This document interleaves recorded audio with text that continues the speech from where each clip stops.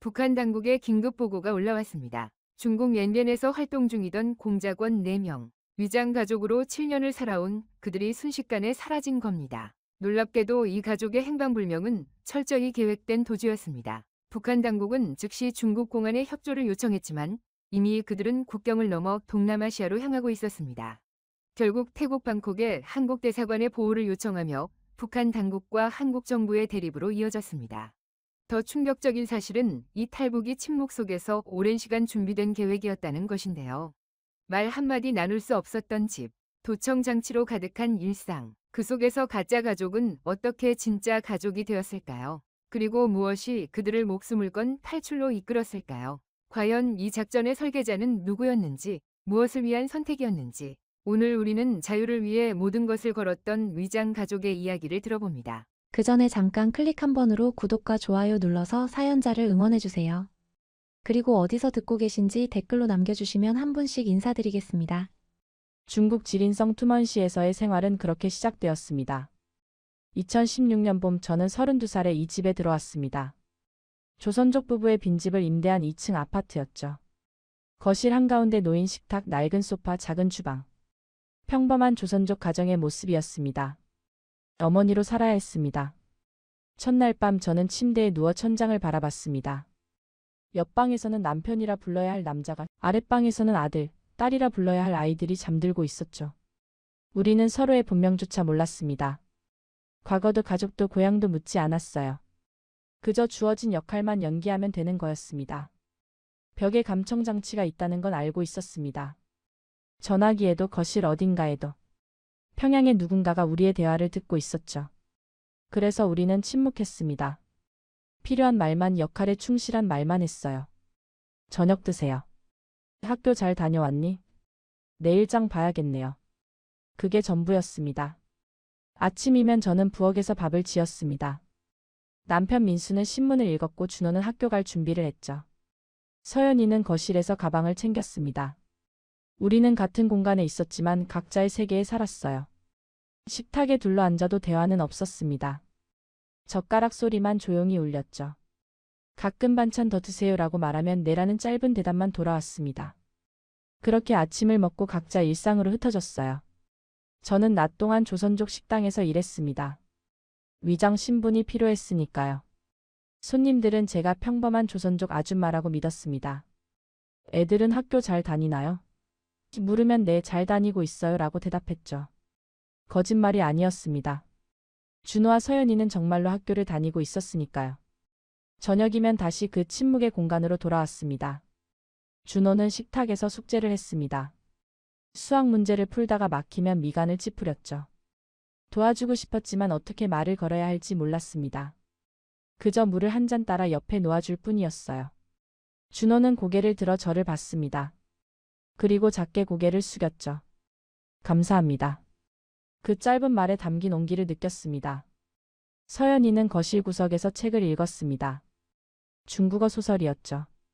가끔 웃음을 참으려는 듯 입술을 깨물었어요. 어떤 내용인지 궁금했습니다. 하지만 물을 수 없었죠. 그저 바라볼 뿐이었습니다. 민수는 소파에 앉아 텔레비전을 봤습니다. 중국 뉴스였어요. 표정 없는 얼굴로 화면을 응시했죠. 무슨 생각을 하는지 알 수 없었습니다. 우리는 부부였지만 남남이었어요. 밤이 되면 각자의 방으로 들어갔습니다. 문을 닫는 소리, 옷 갈아입는 소리, 침대에 눕는 소리. 그 작은 소리들이 전부였죠. 잘 자라는 말도 없었습니다. 하지만 이상한 일이 일어났습니다. 준호가 감기에 걸렸을 때였습니다. 기침 소리가 밤새 들렸죠. 새벽에 일어나 보니 민수가 부엌에서 생강차를 끓이고 있었습니다. 말없이 준호 방문 앞에 놓고 갔어요. 아침에 준호는 빈 컵을 들고 나왔습니다. 민수를 보며 고개를 숙였죠. 민수도 고개를 끄덕였습니다. 서연이 생일이었습니다. 아무도 축하한다는 말을 하지 않았어요. 하지만 저녁 식탁에는 서연이가 좋아하는 탕수육이 놓여 있었습니다. 제가 장을 보며 몰래 사온 거였죠. 서연이는 탕수육을 보고 눈을 크게 떴습니다. 그리고 저를 봤어요. 말은 없었지만 눈시울이 붉어졌습니다. 침묵 속에서 우리는 서로를 배려하기 시작했습니다. 말하지 않아도 알 수 있었습니다. 준호가 시험 기간일 때는 텔레비전 소리를 줄였어요. 서연이가 피곤해 보이면 설거지를 대신했죠. 민수가 늦게 들어오는 날이면 저녁을 남겨뒀습니다. 5년이 흘렀습니다. 우리는 여전히 서로의 과거를 몰랐습니다. 본명도 고향도 가족도 몰랐죠. 하지만 알고 있었습니다. 준호가 매운 음식을 못 먹는다는 것, 서연이가 비 오는 날을 좋아한다는 것, 민수가 불면증이 있다는 것. 가짜 가족이었습니다. 하지만 5년 동안 함께 밥을 먹고 같은 지붕 아래서 잠들었습니다. 말없이 서로를 챙겼죠. 그것이 시작이었습니다. 그해 가을이었습니다. 준호가 17이 되던 해였죠. 키도 많이 컸고 목소리도 굵어졌습니다. 어느새 어른의 모습을 갖춰가고 있었어요. 그날 저녁 우편함에 편지가 와 있었습니다. 평양에서 온 암호화된 지시서였죠. 봉투를 열자마자 손이 떨렸습니다. 준호의 평양 소환 명령이었어요.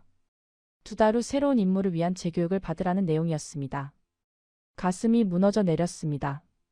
준호는 10살 때 이 임무에 투입되었습니다. 7년 동안 이 집에서 살았죠. 제가 아침을 챙겨주고 밤에 이불을 덮어준 아이였습니다. 말은 많이 나누지 못했지만 그 아이의 모든 습관을 알고 있었어요. 잠들기 전 꼭 물을 한 잔 마시는 것. 시험 전날 밤늦게까지 공부하는 것. 비 오는 날이면 창가에 서서 빗소리를 듣는 것. 그 아이를 보내야 한다니. 저녁 식탁이 차려졌습니다. 평소처럼 4사람이 둘러앉았죠. 하지만 저는 숟가락을 들 수가 없었습니다. 준호를 바라봤어요. 아무것도 모른 채 밥을 먹고 있는 그 아이를. 어머니 괜찮으세요? 준호가 물었습니다. 제 얼굴이 창백했나 봅니다. 저는 고개를 끄덕였죠. 응, 괜찮아. 거짓말이었습니다. 그날 밤 잠을 이룰 수 없었습니다. 준호가 평양으로 가면 어떻게 될까요? 새로운 임무에 투입될 겁니다. 위험한 일을 하게 되겠죠. 혹시 다치면? 혹시 붙잡히면? 그 아이는 아직 17살밖에 안 됐는데. 새벽 2시쯤이었습니다. 복도에서 발소리가 들렸어요. 준호의 방문이 열리는 소리가 났습니다. 저도 모르게 문을 열고 나갔죠. 복도에서 준호와 마주쳤습니다. 아이는 화장실에 가려던 참이었어요. 저를 보고 멈춰 섰습니다. 어둠 속에서 서로를 바라봤죠. 말을 할 수 없었습니다. 도청 장치가 있으니까요. 하지만 준호의 눈을 보는 순간 알았습니다. 이 아이도 알고 있다는 것을. 자신에게 무슨 일이 일어날지. 이 집을 떠나야 한다는 것을. 준호가 천천히 고개를 숙였습니다. 그리고 제 앞을 지나 화장실로 갔어요. 저는 그 자리에 서서 한참을 울었습니다. 소리 없이 어깨를 떨며. 다음 날도 그 다음 날도 평소와 같았습니다. 아침을 먹고 각자 일과를 보냈죠. 저녁이면 식탁에 둘러 앉았습니다. 하지만 분위기가 달라졌어요.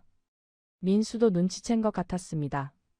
가끔 준호를 바라보는 눈빛이 달랐죠. 서연이도 느꼈나 봅니다. 오빠를 자꾸 쳐다봤어요. 평소보다 말없이 옆에 앉아있는 시간이 많아졌습니다. 한 달이 지났습니다. 준호의 생일이 다가왔습니다. 평소라면 아무도 언급하지 않았을 날이었죠.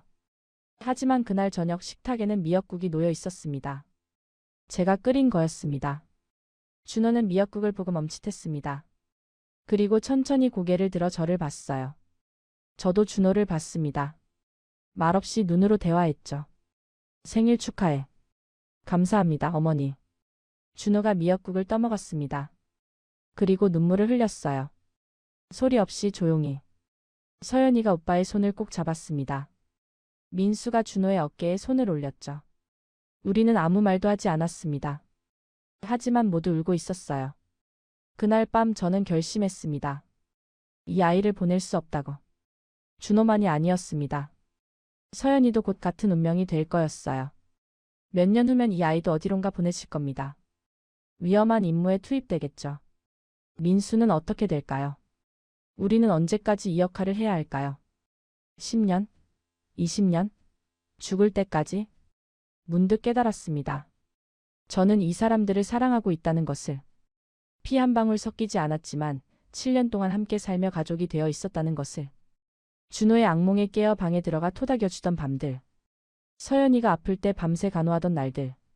민수가 힘들어 보일 때 따뜻한 차를 건네주던 순간들. 그것들이 연기가 아니었습니다. 진심이었어요. 다음 날 아침 평소처럼 식탁에 앉았습니다.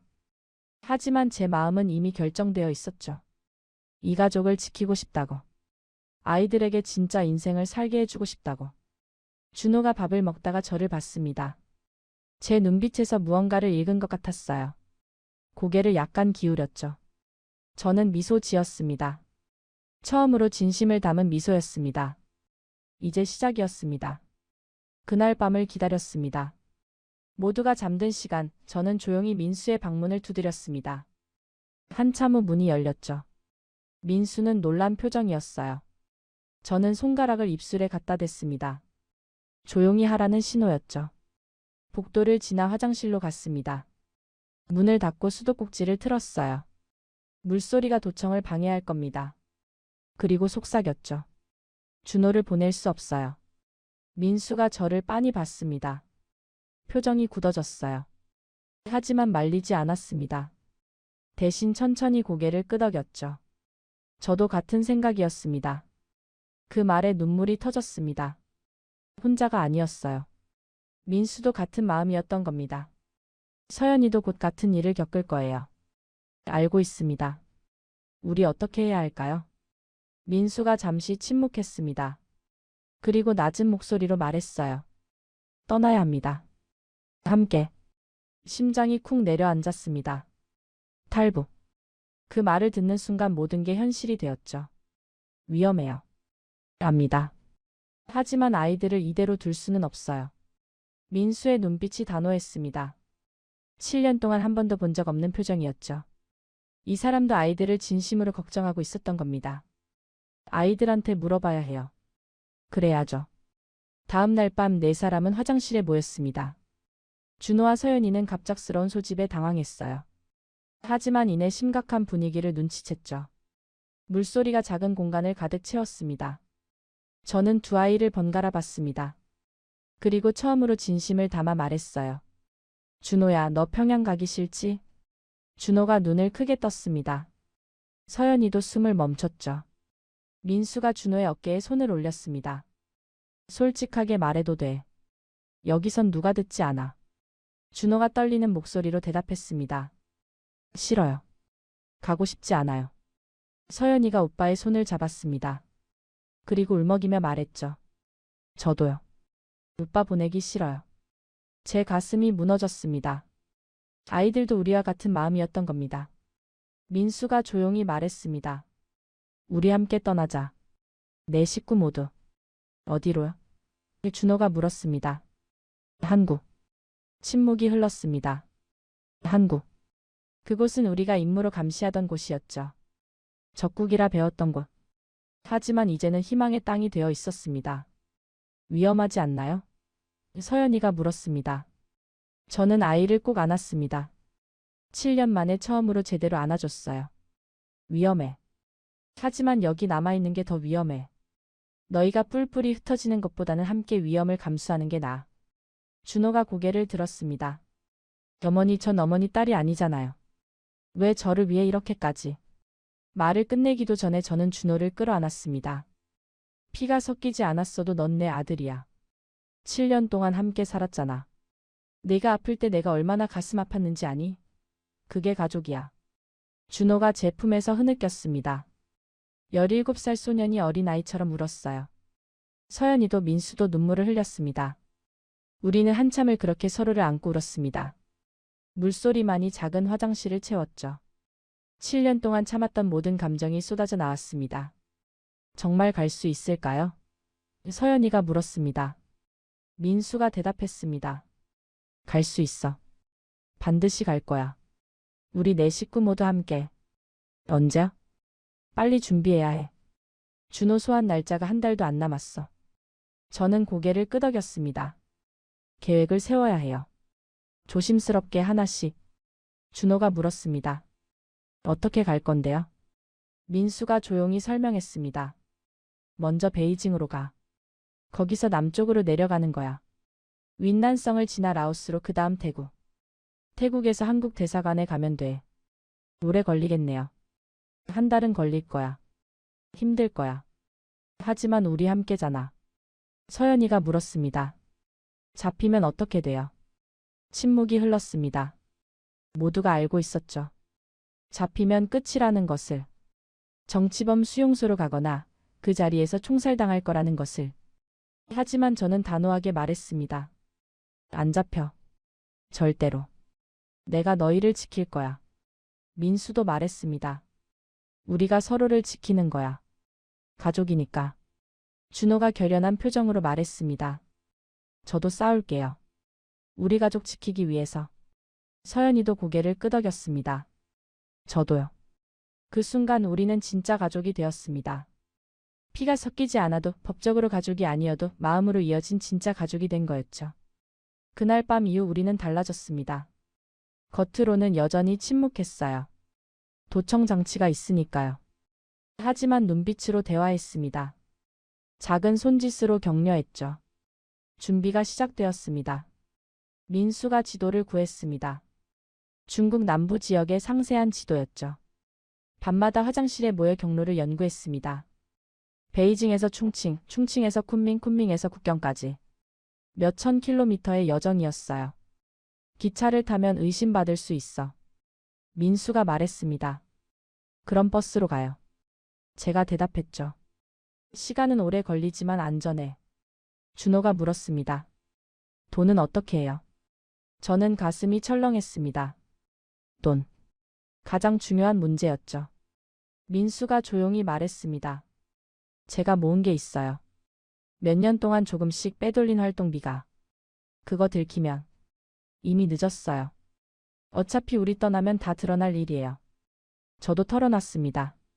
저도 식당에서 번 돈이 조금 있어요. 모아뒀어요. 서연이가 작은 목소리로 말했습니다. 저도 용돈 모은 게 있어요. 많진 않지만. 준호도 고개를 끄덕였습니다. 저도 아르바이트비 모은 거 드릴게요. 민수가 아이들의 머리를 쓰다듬었습니다. 고맙다. 우리 힘을 합치면 충분해. 다음 날부터 준비가 본격화되었습니다. 저는 식당 일을 하면서 여행 가방을 하나씩 샀습니다. 너무 크면 의심받으니 중간 크기로 4개를 구했죠. 옷도 조금씩 챙겼습니다. 한꺼번에 사면 이상하니 며칠에 걸쳐 나눠서 샀어요. 민수는 중국 신분증을 손봤습니다. 우리가 쓰던 위조 신분증이 있었거든요. 탈출 후에도 쓸 수 있게 보완했죠. 준호는 휴대폰을 새로 샀습니다. 추적당하지 않을 폰이 필요했어요. 중국 현지 유심칩을 여러 개 준비했죠. 서연이는 지도를 외웠습니다. 만약 헤어지면 어디서 만날지, 어느 도시로 가야 할지. 아이는 기억력이 좋았어요. 보름이 지났습니다. 준비는 거의 끝나가고 있었죠. 하지만 가장 어려운 순간이 남아 있었습니다. 언제 떠날 것인가? 이번 주 토요일 새벽이 좋겠어요. 민수가 말했습니다. 왜요? 주말이면 사람들이 느슨해져요. 월요일까지는 우리가 사라진 걸 눈치채지 못할 거예요. 이틀의 시간을 벌 수 있다는 거네요. 맞아요. 저는 달력을 봤습니다. 토요일, 사흘 후였죠. 준비됐어요. 제가 물었습니다. 민수가 고개를 끄덕였습니다. 준호와 서연이도 결연한 표정으로 고개를 끄덕였어요. 그럼 토요일 새벽 3시에 출발해요. 그날 이후 저는 이 집을 다시 봤습니다. 7년을 살았던 집이었어요. 거실 소파, 낡은 식탁, 부엌 창문. 모든 게 익숙했죠. 준호가 숙제하던 자리, 서연이가 책 읽던 구석, 민수가 신문 보던 소파. 떠나기 싫었습니다. 여기가 감옥 같았지만 동시에 가족이 만들어진 곳이기도 했으니까요. 하지만 남을 수 없었습니다. 금요일 저녁이었습니다. 평소처럼 저녁을 먹었습니다. 밥, 된장찌개, 김치. 평범한 식사였죠. 하지만 이게 이 집에서의 마지막 저녁이라는 걸 우리는 알고 있었습니다.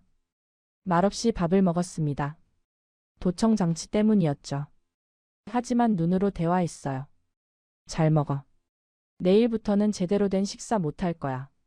알아요, 어머니. 식사를 마치고 평소처럼 설거지를 했습니다.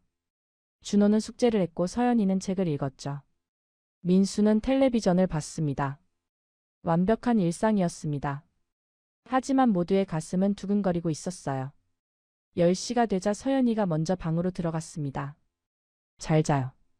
응, 잘 자. 11시쯤 준호도 들어갔습니다. 내일 봬요. 그래, 내일 보자.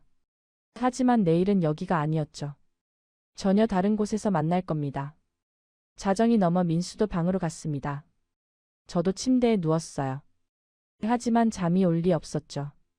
새벽 2시 알람이 울렸습니다. 조용히 일어나 옷을 입었습니다. 준비해둔 가방을 들었죠. 문을 열고 나가니 복도에 준호가 서 있었습니다. 곧 서연이도 나왔고 민수도 나왔어요. 네 사람이 거실에 모였습니다. 마지막으로 집을 돌아봤습니다. 7년의 기억이 담긴 공간이었죠. 하지만 돌아올 수 없다는 걸 알았습니다. 민수가 속삭였습니다. 준비됐어? 모두 고개를 끄덕였습니다. 그럼 가자. 우리 가족 함께. 문을 열었습니다. 찬 새벽 공기가 얼굴을 때렸어요. 계단을 내려가며 뒤를 돌아봤습니다. 7년을 살던 집에 불이 꺼져 있었죠. 작별이었습니다. 길거리는 조용했습니다. 새벽 3시 아무도 없었어요. 우리는 조용히 걸었습니다. 버스 정류장을 향해. 첫 버스는 새벽 5시에 출발했습니다. 베이징행이었죠. 그때까지 어둠 속에 숨어 있어야 했어요. 준호와 서연이는 긴장한 얼굴로 주변을 살폈습니다. 민수는 시계를 계속 확인했죠. 저는 두 아이의 손을 꼭 잡았습니다. 괜찮아. 우리 함께야. 5시가 되었습니다. 버스가 왔습니다. 문이 열리고 우리는 탔어요. 표를 끊고 맨 뒷자리에 앉았습니다. 버스가 출발했습니다. 창밖으로 투먼시가 멀어졌습니다. 7년을 살았던 도시가 점점 작아졌죠. 서연이가 창밖을 보며 말했습니다. 안녕. 준호도 중얼거렸습니다. 안녕. 민수가 제 손을 잡았습니다. 따뜻했어요. 저는 두 아이를 바라봤습니다. 그리고 생각했죠. 이제 시작이구나. 우리 가족의 진짜 여행이. 베이징까지는 이틀이 걸렸습니다. 버스 안에서 거의 말을 하지 않았어요. 다른 승객들이 있었으니까요. 그저 창밖을 보거나 졸았죠. 하지만 손은 놓지 않았습니다. 서로의 손을 꼭 잡고 있었어요. 첫날 밤은 작은 여관에서 묵었습니다. 방 하나에 4사람이 들어갔죠. 침대가 2개뿐이었지만 상관없었습니다. 민수와 준호가 한 침대를, 저와 서연이가 다른 침대를 썼어요. 불을 끄고 누웠습니다. 어둠 속에서 서연이가 속삭였죠. 어머니 무서워요. 저는 아이를 꼭 안았습니다. 나도 무서워. 하지만 우리 함께잖아. 아빠도 있고 오빠도 있고. 정말 갈 수 있을까요? 한국까지? 갈 수 있어. 우리 반드시 갈 거야. 서연이가 제 품에 파묻혀 잠들었습니다. 규칙적인 숨소리가 들렸죠. 저는 천장을 바라봤습니다. 정말 갈 수 있을까요? 수천 킬로미터의 여정. 온갖 위험이 도사리고 있는 길. 하지만 돌아갈 수는 없었습니다. 이틀째 되던 날 베이징에 도착했습니다. 거대한 도시였어요. 사람들로 가득했죠. 우리는 군중 속에 섞였습니다. 눈에 띄지 않는 게 중요했어요. 민수가 새 버스표를 샀습니다. 충칭행이었죠. 다시 이틀의 여정이 시작되었습니다. 버스는 끝없는 도로를 달렸습니다. 도시를 지나고 산을 넘었죠. 풍경이 계속 바뀌었습니다. 하지만 우리의 긴장은 풀리지 않았어요. 셋째 날 밤이었습니다. 휴게소에 들렀을 때였죠. 화장실을 다녀오는 길에 이상한 남자와 눈이 마주쳤습니다. 그 사람이 저를 뚫어지게 쳐다봤어요. 가슴이 철렁했습니다. 혹시 알아본 걸까요? 북한 공작원이 아닐까요? 서둘러 자리로 돌아왔습니다. 민수에게 속삭였죠. 이상한 사람이 절 쳐다봤어요. 민수의 표정이 굳었습니다. 어떤 사람? 검은 재킷 입은 남자요. 창가 쪽에 앉아 있어요. 민수가 조심스럽게 고개를 돌렸습니다. 그리고 다시 돌아왔죠. 알겠어요. 조심해야겠어요. 버스가 다시 출발했습니다. 저는 계속 그 남자를 의식했어요. 혹시 따라오는 건 아닐까? 혹시 신고하는 건 아닐까? 하지만 다행히 아무 일도 없었습니다. 그 남자는 다음 정류장에서 내렸어요. 저는 한숨을 내쉬었습니다. 괜찮아요. 민수가 말했습니다. 그냥 지나가는 사람이었어요. 하지만 그 일 이후 우리는 더욱 조심했습니다. 충칭에 도착했습니다. 안개가 자욱한 도시였어요. 강이 흐르고 산이 많았죠. 우리는 하루를 쉬기로 했습니다. 너무 지쳐 있었거든요. 작은 호텔에 들어갔습니다. 방 2개를 잡았어요. 겉으로는 평범한 가족이었죠. 방에 들어가자마자 서연이가 침대에 쓰러졌습니다. 너무 힘들어요. 준호도 지친 표정이었습니다. 얼굴이 상했어요. 며칠 동안 제대로 씻지 못했거든요. 씻고 쉬자. 제가 말했습니다. 내일 다시 출발해야 해. 그날 밤 4사람은 한 방에 모였습니다. 민수가 지도를 펼쳤어요. 이제 반쯤 왔어요. 여기서 쿤밍까지 다시 이틀. 쿤밍에서 라오스 국경까지 하루. 그럼 일주일 정도 남았네요. 준호가 말했습니다. 응. 하지만 가장 위험한 구간이야. 국경을 넘는 게 제일 어려워. 어떻게 넘어요? 서연이가 물었습니다. 민수가 잠시 망설이다 말했습니다. 브로커를 써야 해요. 브로커요? 돈을 받고 국경을 넘겨주는 사람들이에요. 위험하지만 다른 방법이 없어요. 저는 불안했습니다. 브로커를 믿을 수 있을까요? 혹시 배신하면? 하지만 선택의 여지가 없었습니다. 다음 날 다시 버스에 올랐습니다. 쿤밍을 향해 남쪽으로 내려갔죠. 풍경이 달라졌습니다. 열대 기후가 시작되었어요. 나무들이 무성했고 날씨도 더워졌죠. 이틀 후 쿤밍에 도착했습니다. 민수가 연락처를 꺼냈습니다. 미리 알아둔 브로커의 번호였죠. 공중전화로 전화를 걸었어요. 한참 후에 돌아왔습니다. 내일 만나기로 했어요. 믿을 수 있는 사람이에요. 모르죠. 하지만 가야 해요. 다음 날 약속 장소로 갔습니다. 허름한 식당이었어요. 구석자리에 남자 한 명이 앉아 있었죠. 40대쯤 되어 보였습니다. 민수가 다가갔습니다. 우리는 조금 떨어진 곳에서 지켜봤어요. 한참 대화를 나누더니 민수가 돌아왔습니다. 오늘 밤 출발해요. 얼마예요? 10,000위안. 큰 돈이었습니다. 하지만 어쩔 수 없었죠. 알겠어요. 그날 밤 10시 약속한 장소로 갔습니다. 외진 도로였어요. 가로등도 없었죠. 어둠 속에서 차 한 대가 기다리고 있었습니다. 브로커가 차에서 내렸습니다. 타요. 빨리. 우리는 차에 올랐습니다. 뒷자리에 4명이 꽉 끼어 앉았어요. 차가 출발했습니다. 2시간쯤 달렸을까요? 산길로 접어들었습니다. 울퉁불퉁한 비포장 도로였죠. 차가 심하게 흔들렸어요. 서연이가 멀미를 했습니다. 얼굴이 창백했어요. 저는 아이를 안고 등을 쓰다듬었습니다. 조금만 참아. 거의 다 왔어. 새벽 2시쯤 차가 멈췄습니다. 여기까지예요. 브로커가 말했습니다. 밖으로 나가니 칠흑 같은 어둠이었습니다. 아무것도 보이지 않았어요. 저기 보이는 불빛이 라오스예요. 걸어서 2시간. 길은 험해요. 조심하세요. 경비는요? 없어요. 이 시간엔 순찰 안 해요. 빨리 가세요. 브로커는 그렇게 말하고 차를 돌렸습니다. 우리만 어둠 속에 남겨졌죠. 민수가 손전등을 켰습니다. 가자. 서로 놓치지 말고. 우리는 손을 잡았습니다. 4사람이 일렬로 이어져 걷기 시작했어요. 험한 산길이었습니다. 돌부리에 걸려 넘어질 뻔했죠. 서연이가 비명을 참았습니다. 준호가 동생을 부축했어요. 1시간쯤 걸었을까요? 갑자기 불빛이 보였습니다. 엎드려. 민수가 속삭였습니다. 우리는 재빨리 땅에 엎드렸어요. 불빛이 가까워졌습니다. 순찰대였어요.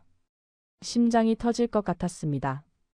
서연이가 제 손을 꽉 쥐었어요. 준호는 숨소리조차 죽였죠. 불빛이 지나갔습니다. 한참을 기다렸습니다. 그리고 조심스럽게 일어났어요. 계속 가자. 또 1시간을 걸었습니다. 다리가 후들거렸어요. 하지만 멈출 수 없었습니다. 드디어 불빛이 보였습니다. 마을이었어요. 라오스예요. 민수가 말했습니다. 우리는 국경을 넘었습니다. 라오스의 작은 마을이었습니다. 새벽 공기가 달랐어요. 더 따뜻하고 습했죠. 야자수가 보였습니다. 완전히 다른 세계였어요. 허름한 게스트하우스를 찾았습니다. 주인은 영어를 조금 했죠. 방 하나를 얻었습니다. 문을 닫는 순간 우리는 바닥에 주저앉았습니다. 해냈어요. 준호가 말했습니다. 정말 넘어왔어요. 서연이가 울먹였습니다. 민수가 웃었습니다. 처음 보는 웃음이었어요. 우리 해냈어. 국경을 넘었어. 저도 웃음이 터졌습니다. 긴장이 풀리면서 눈물이 났어요. 기쁨의 눈물이었죠. 네 사람이 서로를 안았습니다. 고생했어, 애들아. 민수가 말했습니다. 아빠도요. 준호가 대답했습니다. 처음으로 아빠라고 불렀어요. 민수가 놀란 표정으로 준호를 봤습니다. 그리고 아이를 꼭 안았죠. 고맙다, 아들. 서연이도 제게 안겼습니다. 엄마 사랑해요. 가슴이 벅차올랐습니다. 엄마라는 말. 그 말이 이렇게 좋을 줄 몰랐어요. 나도 사랑해, 딸. 우리는 한참을 그렇게 안고 있었습니다. 7년 만에 처음으로 마음껏 말할 수 있었습니다. 도청 장치가 없었으니까요. 감시하는 눈이 없었죠. 씻고 나서 근처 식당을 찾았습니다. 라오스 음식점이었어요. 쌀국수를 시켰죠. 4그릇이 나왔습니다. 처음으로 편하게 식사했습니다. 맛있어요. 서연이가 환하게 웃었습니다. 응, 정말 맛있네. 준호도 웃었어요. 민수가 말했습니다. 7년 동안 처음 보는 너희 웃는 얼굴이야. 아빠도 처음 웃는 거 봤어요. 준호가 말했습니다. 우리는 웃었습니다. 마음껏 크게. 식사를 하며 대화를 나눴습니다. 처음으로 제대로 된 대화였죠. 엄마는 원래 어디 출신이에요? 서연이가 물었습니다. 저는 잠시 망설였습니다. 과거를 말해도 될까요? 하지만 이제 가족이었습니다. 숨길 필요가 없었죠. 청진이야. 함경북도. 어릴 때는 어땠어요? 힘들었어. 먹을 게 없었지. 10살 때 부모님을 잃었어. 어떡해요? 굶어서. 그리고 나도 거의 죽을 뻔했는데 어떤 사람이 데려갔어. 그렇게 공작원이 됐지. 서연이가 제 손을 꼭 잡았습니다. 힘들었겠어요. 응. 하지만 너희를 만나서 행복했어. 준호가 물었습니다. 아빠는요? 아빠도 고아였어요. 민수가 고개를 저었습니다. 아니. 나는 평양에서 태어났어. 부모님은 살아계셔. 그럼 왜 공작원이 됐어요? 선택권이 없었어. 아버지가 보이부 간부셨거든. 나도 똑같은 일을 해야 했지. 가족 생각 안 나세요? 민수가 잠시 침묵했습니다. 나. 하지만 이제 내 가족은 너희야. 준호가 눈물을 훔쳤습니다. 저희도요. 저희 가족은 아빠, 엄마 그리고 서연이에요. 서연이가 오빠를 안았습니다. 오빠, 우리 평생 함께 있을 거지? 당연하지. 우리 가족이잖아. 저는 두 아이를 바라봤습니다. 그리고 민수를 봤어요. 우리는 진짜 가족이 되어 있었습니다. 사흘을 라오스에서 쉬었습니다. 몸과 마음을 추스르는 시간이었죠. 처음으로 편하게 잠들었습니다. 악몽도 없었어요. 낮에는 마을을 산책했습니다. 사람들이 웃으며 인사했어요. 아이들이 뛰어놀았죠. 평화로웠습니다. 여기서 살면 안 될까요? 서연이가 물었습니다. 안 돼. 여기는 안전하지 않아. 한국까지 가야 해. 민수가 대답했습니다. 한국은 어떨까요? 좋을 거야. 자유롭고 안전해. 너희가 하고 싶은 거 다 할 수 있어. 준호가 말했습니다. 저 공부하고 싶어요. 대학 가고 싶어요. 갈 수 있어. 한국에서는 다 가능해. 서연이도 말했습니다. 저는 가수가 되고 싶어요. 되렴. 내 꿈 다 이뤄. 저는 두 아이를 보며 생각했습니다. 이 아이들에게 미래를 선물하고 싶다고. 꿈꿀 수 있는 삶을 주고 싶다고. 나흘째 되던 날 방콕행 버스를 탔습니다. 태국까지는 하루가 걸렸어요. 국경을 넘을 때 또 긴장했지만 다행히 무사했습니다. 방콕에 도착했습니다. 거대한 도시였어요. 고층 빌딩, 수많은 차들, 네온 사인. 압도적이었죠. 호텔을 잡고 하룻밤을 묵었습니다. 다음날 한국 대사관에 갈 예정이었어요. 그날 밤 네 사람은 호텔 방에 둘러앉았습니다. 내일이면 끝이야. 민수가 말했습니다. 대사관에 가면 어떻게 돼요? 준호가 물었습니다. 조사받을 거야. 우리가 누군지 왜 왔는지. 시간이 좀 걸릴 거야. 그리고요? 한국으로 가. 비행기를 타고. 서연이가 눈을 반짝였습니다. 비행기요? 처음 타봐요. 나도 처음이야. 준호가 웃었습니다. 저도 웃었습니다. 나도? 민수가 말했습니다. 내일부터 우리 인생이 진짜 시작돼. 새로운 이름으로 새로운 삶으로. 무섭지 않으세요? 제가 물었습니다. 무섭지. 하지만 기대돼. 너희와 함께니까. 준호가 말했습니다. 아빠, 엄마. 고마워요. 저희를 여기까지 데려와 주셔서. 무슨 소리야. 우리 가족인데. 민수가 아이를 안았습니다. 서연이도 제게 안겼습니다. 엄마, 제 진짜 엄마가 돼줘서 고마워요. 눈물이 났습니다. 행복한 눈물이었어요. 너도 내 진짜 딸이야. 영원히. 그날 밤 우리는 오래 이야기를 나눴습니다. 미래에 대해, 꿈에 대해.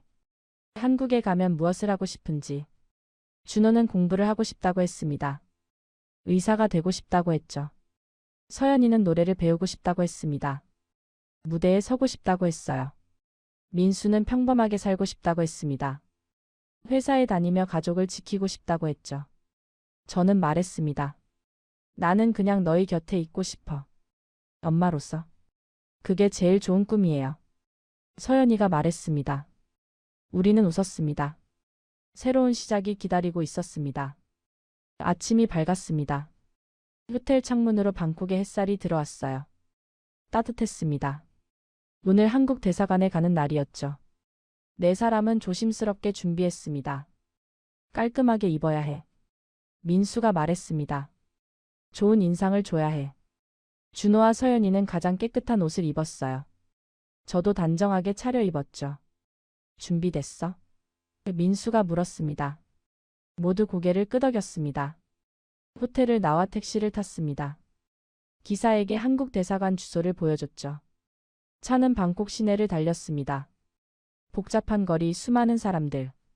모두가 자유롭게 걸어 다녔어요. 우리도 곧 그렇게 될 겁니다. 30분쯤 달렸을까요? 택시가 멈춰 섰습니다. 여기에요. 기사가 말했습니다. 밖으로 나가니 큰 건물이 보였습니다. 한국 대사관이었어요. 태극기가 펄럭이고 있었죠. 서연이가 태극기를 보며 말했습니다. 우리나라 깃발이에요. 응. 이제 우리나라야. 제가 말했습니다. 대사관 정문으로 다가갔습니다. 경비원이 서 있었어요. 무슨 일로 오셨나요? 경비원이 물었습니다. 한국말이었어요. 오랜만에 듣는 한국어였죠. 민수가 대답했습니다. 저희는 북한에서 왔습니다. 보호를 요청합니다. 경비원의 표정이 변했습니다. 곧바로 무전기를 꺼내 누군가와 통화했어요. 잠시 기다려주세요. 몇 분 후 직원 한 명이 나왔습니다. 중년 남자였어요. 안으로 들어오세요. 우리는 안으로 들어갔습니다. 복도를 지나 작은 방으로 안내받았죠. 테이블과 의자가 있었습니다. 앉으세요. 담당자가 곧 올 겁니다. 기다리는 시간이 길게 느껴졌습니다. 서연이가 제 손을 꼭 잡았어요. 떨리고 있었죠. 괜찮아. 우리 해냈어. 제가 속삭였습니다. 문이 열렸습니다. 양복 입은 남자 2명이 들어왔어요. 안녕하세요. 저는 영사관 직원입니다. 상황을 설명해 주시겠습니까? 민수가 차분하게 설명했습니다. 우리가 누구인지, 어디서 왔는지, 왜 여기 왔는지. 직원들은 메모를 했습니다. 가끔 질문을 했죠. 중국에서 얼마나 살았나요? 7년입니다. 임무가 뭐였나요? 조선족 사회 침투와 정보 수집이었습니다. 왜 탈북을 결심했나요? 민수가 준호를 바라봤습니다. 아들을 지키고 싶었습니다. 우리 가족을 지키고 싶었어요. 직원이 준호를 봤습니다. 혈연 관계는 아니시죠? 네. 하지만 7년 동안 가족으로 살았습니다. 직원들이 서로를 봤습니다. 뭔가 이야기를 나누는 것 같았어요. 조사가 필요합니다. 시간이 걸릴 수 있어요. 얼마나요? 한 달 정도. 신원 확인과 조사가 끝나면 한국으로 보내드립니다. 한 달. 길지만 견딜 수 있었습니다. 알겠습니다. 일단 보호시설에 머물러야 합니다. 함께 가시죠. 우리는 직원들을 따라 나왔습니다. 차를 타고 이동했어요. 30분쯤 달려 외곽 지역에 도착했습니다. 작은 건물이 있었어요. 탈북자 보호시설이었죠. 여기서 기다리시면 됩니다. 식사와 잠자리는 제공됩니다. 방이 배정되었습니다. 우리 가족에게 방 2개가 주어졌어요. 문을 닫자 서연이가 침대에 쓰러졌습니다. 끝났어요, 엄마? 응. 거의 다 왔어. 준호가 창밖을 봤습니다. 한 달만 기다리면 한국에 갈 수 있어요. 그래. 이제 조금만 참으면 돼. 하지만 기다림은 쉽지 않았습니다. 첫 주는 괜찮았어요. 쉬면서 회복했죠. 하지만 둘째 주부터 불안해졌습니다. 정말 갈 수 있을까요? 서연이가 물었습니다. 당연하지. 조금만 기다려. 셋째 주가 되었습니다. 조사가 계속되었어요. 매일 직원들이 와서 질문을 했죠. 같은 질문을 반복했습니다. 혹시 우리를 의심하는 건 아닐까요? 준호가 걱정했습니다. 아니야. 절차일 뿐이야. 민수가 안심시켰습니다. 하지만 저도 불안했습니다. 혹시 문제가 생긴 건 아닐까요? 넷째 주가 되던 날 드디어 소식이 왔습니다. 조사가 끝났습니다. 이번 주 금요일에 한국으로 출발합니다. 가슴이 뛰었습니다. 드디어. 정말로 가는 겁니다. 서연이가 소리쳤습니다. 진짜요? 진짜 가요? 네. 비행기표가 예약됐습니다. 준호가 저를 안았습니다. 민수가 서연이를 들어 올렸어요. 우리는 울고 웃었습니다. 금요일이 왔습니다. 아침 일찍 공항으로 이동했습니다. 방콕 공항은 거대했어요. 처음 보는 광경이었죠. 직원이 우리를 안내했습니다. 출국 수속을 도와줬어요. 탑승구까지 함께 가겠습니다. 보안 검색을 통과했습니다. 면세점을 지나갔어요. 그리고 탑승구에 도착했습니다. 여기서 기다리시면 됩니다. 곧 탑승 안내가 나올 겁니다. 감사합니다. 정말 감사합니다. 민수가 인사했습니다. 직원이 웃으며 말했습니다. 환영합니다. 대한민국에 오신 걸 환영합니다. 1시간 후 탑승이 시작되었습니다. 비행기에 올랐습니다. 처음 타보는 비행기였어요. 좌석을 찾아 앉았죠. 창가 자리에 서연이가 앉았습니다. 준호가 옆에 앉았고 저와 민수는 뒷좌석에 앉았어요. 비행기가 움직이기 시작했습니다. 출발합니다. 서연이가 신났어요. 활주로를 달렸습니다. 점점 빨라졌죠. 그리고 떠올랐습니다. 땅이 멀어졌습니다. 방콕이 작아졌어요. 구름 속으로 들어갔습니다. 준호가 말했습니다. 우리 정말 가고 있어요. 한국으로. 서연이가 창밖을 보며 웃었습니다. 구름이 너무 예뻐요. 저는 민수의 손을 잡았습니다. 민수도 제 손을 꼭 쥐었어요. 해냈어요. 제가 속삭였습니다. 응. 우리 해냈어. 비행기는 하늘을 날았습니다. 새로운 삶을 향해. 5시간 후 인천공항에 도착했습니다. 비행기에서 내리는 순간 다리가 떨렸어요. 한국 땅이었습니다. 정말로 도착한 겁니다. 입국장을 통과했습니다. 직원들이 우리를 기다리고 있었어요. 환영합니다. 대한민국에 오신 걸 환영합니다. 그 말에 눈물이 쏟아졌습니다. 서연이도 준호도 울었어요. 민수는 고개를 숙이고 어깨를 떨었죠. 이제 안전합니다. 걱정하지 마세요. 차를 타고 하나원으로 이동했습니다. 탈북자 정착 지원 시설이었죠. 서울 근교에 있었어요. 창밖으로 한국이 보였습니다. 높은 건물들, 깨끗한 도로, 밝은 간판들.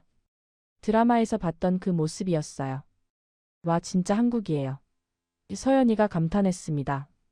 멋있다. 준호도 눈을 반짝였습니다. 하나원에 도착했습니다. 직원이 설명해줬어요. 여기서 석 달 동안 교육을 받으시게 됩니다. 한국 사회 적응 교육, 직업 교육 등을 배우시게 돼요. 그 다음엔요? 정착금을 받고 집을 구하실 수 있습니다. 새로운 삶을 시작하시는 거죠. 방이 배정되었습니다. 우리 가족에게 방 2개가 주어졌어요. 깨끗하고 따뜻했습니다. 첫날 밤 4사람은 한 방에 모였습니다. 믿어지세요? 서연이가 물었습니다. 아니, 꿈 같아. 준호가 대답했습니다. 민수가 말했습니다. 이제 진짜 시작이야. 우리 진짜 가족으로 살 수 있어. 법적으로도 가족이 될 수 있나요? 제가 물었습니다. 그러고 싶어요. 민수가 제 손을 잡았습니다. 정식으로 결혼하고 아이들도 입양하고 싶어요. 준호가 눈을 크게 떴습니다. 진짜요? 진짜 우리 가족이 되는 거예요. 그래. 서류상으로도 법적으로도 진짜 가족. 서연이가 소리쳤습니다. 좋아요. 저 진짜 딸 되고 싶어요. 저는 2아이를 안았습니다. 우리 진짜 가족 되자. 영원히. 하나원에서의 석 달은 빠르게 지나갔습니다. 매일 교육을 받았어요. 한국어를 배우고 컴퓨터를 배웠죠. 직업 훈련도 받았습니다.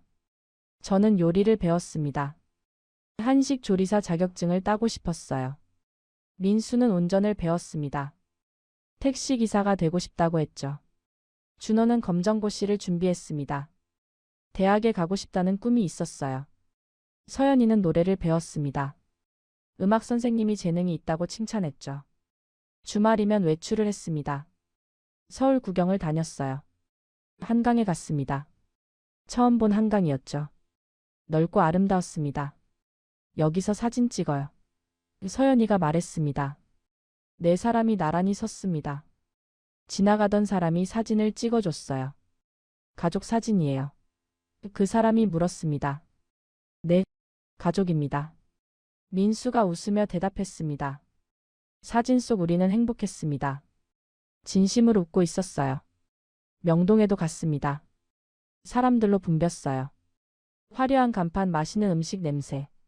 모든 게 신기했죠. 떡볶이를 사 먹었습니다. 서연이가 맵지만 맛있어요. 라고 했어요. 준호는 계속 먹었죠. 한국 음식 최고예요. 준호가 웃었습니다. 저도 민수도 웃었습니다. 이런 평범한 행복이 이렇게 좋을 줄 몰랐어요. 석 달이 지나고 퇴소 날이 왔습니다. 정착금을 받았습니다. 그 돈으로 집을 구할 수 있었어요. 경기도에 작은 아파트를 얻었습니다. 방 2개짜리였죠. 우리 가족에게 딱 맞는 크기였어요. 이사한 첫날 4사람은 텅 빈 거실에 둘러앉았습니다. 우리 집이에요. 서연이가 기뻐했습니다. 진짜 우리 집. 준호도 웃었습니다.